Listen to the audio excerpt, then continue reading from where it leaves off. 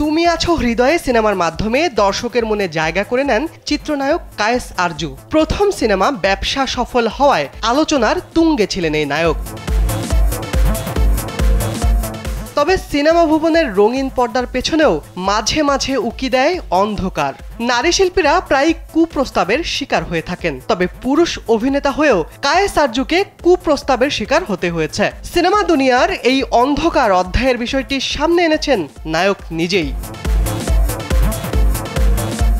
Showbiz ভুবনের পথ চলা খুব একটা সহজ নয়, বেশ কঠিন। দেশের জনপ্রিয় নায়ক কায়েস আরজুর পথটাও একেবারে মসৃণ ছিল না। কালবেলার বিনোদনমূলক অনুষ্ঠান তারাবেলায় এসে নিজের সেই হতাশা ব্যক্ত করেছেন আরজু। স্যান্ডেলিনা সো রূপচর্চায় আভিজাত্য জানিয়েছেন কুপ্রস্তাব পাওয়ার বিষয়েও।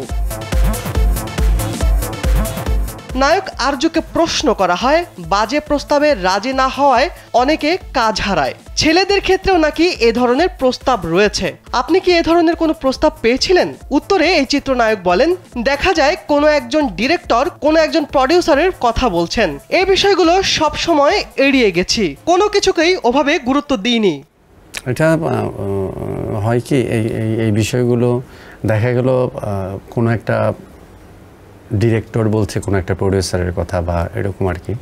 তো এই বিষয়গুলো সবসময় এড়িয়ে গেছি, কোনো কিছুতে ওরকম বেশি গুরুত্ব দিইনি। বাস্তব জীবন কিংবা সিনেমা উভয় জগতেই ঝামেলা এড়িয়ে চলতে পছন্দ করেন এই নায়ক। সিনে ভুবনের ওসব প্রতিকূলতা পেরিয়েই বর্তমানে তিনি একের পর এক সিনেমায় কাজ করে যাচ্ছেন।